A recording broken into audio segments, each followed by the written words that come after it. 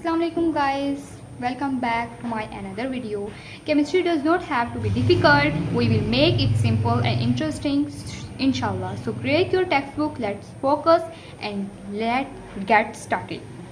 Topic है हमारा evolution of scientific ideas paradigms. What is scientific paradigm? ठीक है, a scientist paradigm is a set of ideas, methods and rules that guide scientist in their research.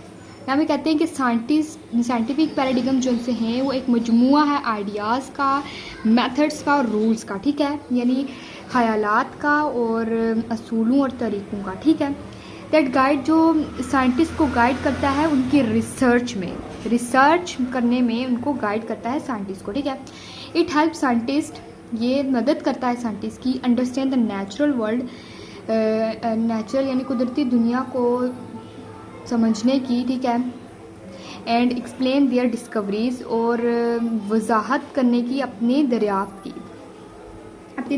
की वजाहत करने में मदद करता है. ठीक है, paradigms give scientist a consistent way to study and share knowledge.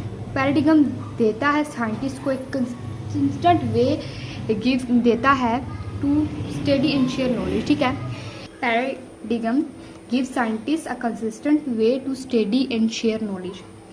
Paradigm scientist को एक कंसिस्टेंट वे देता है to study and share knowledge, यानी अपने नॉलेज को फैलाने की, शेयर नॉलेज करने की और स्टडी को पढ़ने की. ठीक है, the phlogiston theory. In the 70s scientist believe in the phlogiston theory to explain burning and rusting.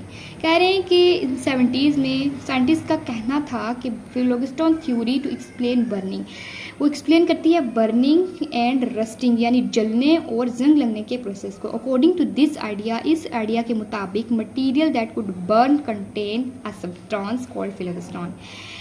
जब एक मटेरियल बर्न होता है तो उसके अंदर एक सब्सटेंस होता है जो कहलाता है phlogiston, which was release during burning.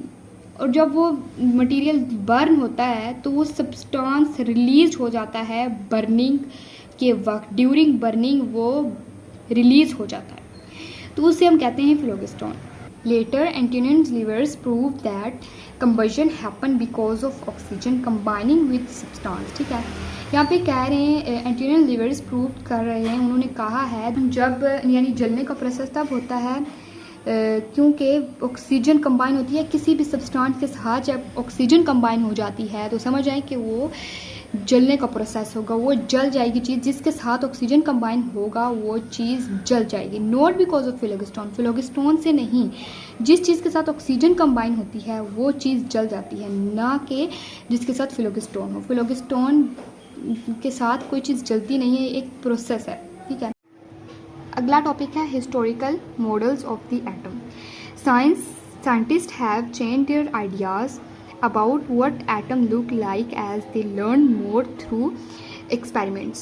Scientist change करते हैं अपने आइडियाज़ को कि और एक्सपेरिमेंट करते हैं कि कैसा दिखता होगा एटम कैसा दिखता होगा, इस पर लर्न मोर एक्सपेरिमेंट करते हैं. ठीक है, कि एटम कैसा दिखता होगा, बार बार उस पर एक्सपेरिमेंट करते हैं जब तक उनकी चेंज होते रहते हैं ख़यालात, वो बार बार उस पर एक्सपेरिमेंट करते हैं कि एटम कैसा दिखता है. की टाइप से द प्लम पडिंग मॉडल्स.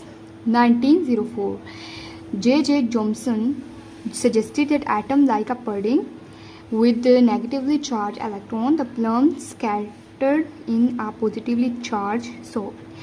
यहाँ पे कह रहा है कि Thomson suggested that atom are like a pudding. Pudding means sweet dessert. Atom जो है ना वो एक स्वीट डेजर्ट लाइक उस जैसा है ना, तो उसमें जो सा है विद नेगेटिवली चार्ज इलेक्ट्रॉन, उसमें नेगेटिवली चार्ज इलेक्ट्रॉन भी और पॉजिटिवली भी चार्ज हैं. ठीक है, दोनों चार्ज हैं इसमें. तो जिनसे नेगेटिवली और पॉजिटिवली चार्ज हैं वो प्लम्स हैं, और स्वीट डेजर्ट जो सा है वो है हमारा एटम. एटम स्वीट डेजर्ट है, उसके अंदर आलू बुखारे हैं, और यहाँ पे आलू बुखारे कौन से हैं, ये नेगेटिव और पॉजिटिव चार्ज को यहाँ पे प्लम्स कह रहा है. और यहाँ पे पडिंग जो है वो हमारा एटम है, यानी स्वीट डेजर्ट है.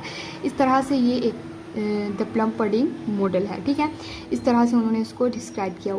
रदरफोर्ड मॉडल में उन्होंने कहा है कि अर्नेस्ट रदरफोर्ड गोल्डफॉयल का एक्सपेरिमेंट जो था उसने ये शो किया था कि एटम का एक स्मॉल छोटा सा पॉजिटिवली चार्ज न्यूक्लियस कहलाता है जो इसके अंदर होता है, ठीक है। एक स्मॉल होता है, वो छोटा सा होता है, डेंस होता है, पॉजिटिवली चार्ज होता है, उसके ऊपर पॉजिटिव चार्ज होता है, वो न्यूक्लियस कहलाता है। वो एटम के अंदर, न्यूक्लियस के आसपास इलेक्ट्रॉन घूम रहे होते हैं, ठीक है। अगला है हमारा Bohr model and quantum model, ठीक है। Later scientist improved Rutherford models by adding ideas, energy levels, ठीक है, and quantum mechanics which is the current way we understand atom. यहाँ पे कह रहा है कि later scientist improve Rutherford model. जब साइंटिस्ट ने रदरफोर्ड मॉडल को इम्प्रूव किया उससे और ज़्यादा मतलब इम्प्रूव करते गए बाय एडिंग, उसमें एडिंग हो गया आइडियाज़ अबाउट एनर्जी लेवल, उसमें एनर्जी लेवल का आइडिया भी ऐड हो गया जो कि बोहर मॉडल था एंड क्वांटम मैकेनिक्स का था, which is current way we understand atom. ये करंटली वे है जो आप अंडरस्टैंड करते हैं एटम को। ये अभी जो चल रहा है ये ना क्वांटम मैकेनिक्स और बोहर मॉडल है, ठीक है।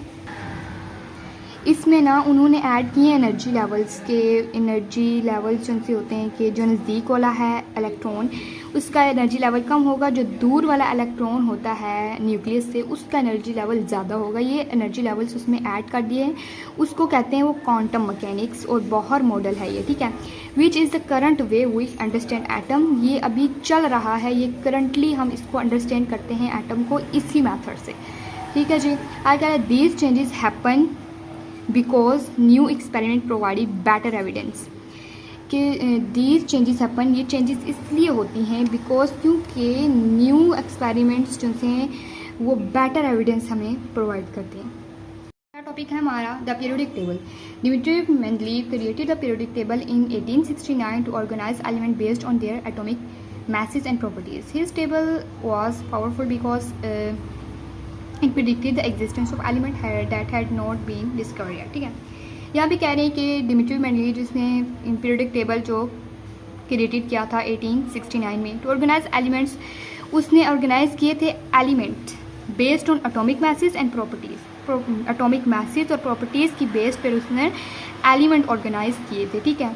His table was powerful. ये टेबल जो सा था, पीरियोडिक टेबल जो सा था ये पावरफुल था बिकॉज इट प्रिडिक्टेड, ये प्रिडिक्ट करता था, ये इसने इसकी पेशगोई हुई थी existence of elements, element that had not be discover yet, जो से डिस्कवर नहीं हुए थे, जो से एलिमेंट तब डिस्कवर नहीं हुए थे, ऐसे एलिमेंट्स की उसने पेशगोई की थी, इसलिए वो बहुत ज़्यादा पावरफुल कहलाता था।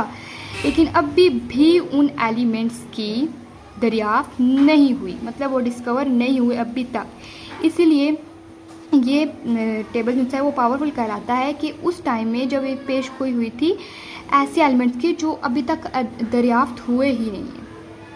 हमारा अगला टॉपिक है modern periodic table. As scientist learn about atomic structure and quantum mechanics, scientist ने एटॉमिक स्ट्रक्चर और क्वांटम मैकेनिक्स के बारे में पढ़ लिया है। They updated the periodic table, अब वो नया पीरियोडिक टेबल अपडेट करेंगे। Today elements are arrange based on their atomic number and electronic configuration. आज के जो एलिमेंट्स हैं वो अरेंज हुए हैं बेस्ड ऑन एटॉमिक नंबर और electronic configuration. Modern version explain why elements show similar chemical properties at regular interval and help us understand their behavior in reaction, ठीक है। कह रहे हैं कि ये आज के जो एलिमेंट्स हैं, टुडे एलिमेंट्स जो से हमारे अभी चल रहे हैं पीरियोडिक टेबल में, जो वो सिमिलर केमिकल प्रॉपर्टीज़ के क्यों हैं, why at regular intervals and help us understand their behaviour in reaction. इनके बिहेवियर और रिएक्शंस को तो हम अंडरस्टैंड कर लेते हैं, ठीक है, हैं वाई क्यों वो उन्होंने पूछा है। और जो अगला जो आएगा ना पीरियोडिक टेबल जो हमारे पास बन के नया अपडेटेड, उसमें वो सिमिलर केमिकल प्रॉपर्टीज़ नहीं होंगी किसी भी एलिमेंट की, ठीक है। अभी जो है ना वो इसमें सिमिलर केमिकल प्रॉपर्टीज़ हैं लेकिन अगले में नहीं होंगी। तो ये हमारा ये टॉपिक पूरा होता है। हमारा अगला टॉपिक है 1.3 scientific paradigms in chemistry. Scientific paradigms in chemistry are ideas and rules that help us understand how substances behave and interact. इसमें कह रहे हैं कि scientific paradigms जो केमिस्ट्री में होते हैं वो आइडियाज़ और रूल्स होते हैं जो मदद करते हैं जो मदद करते हैं हमारी ये जानने में कि कैसे सब्सटेंस बिहेव करते हैं और इंटरेक्ट करते हैं।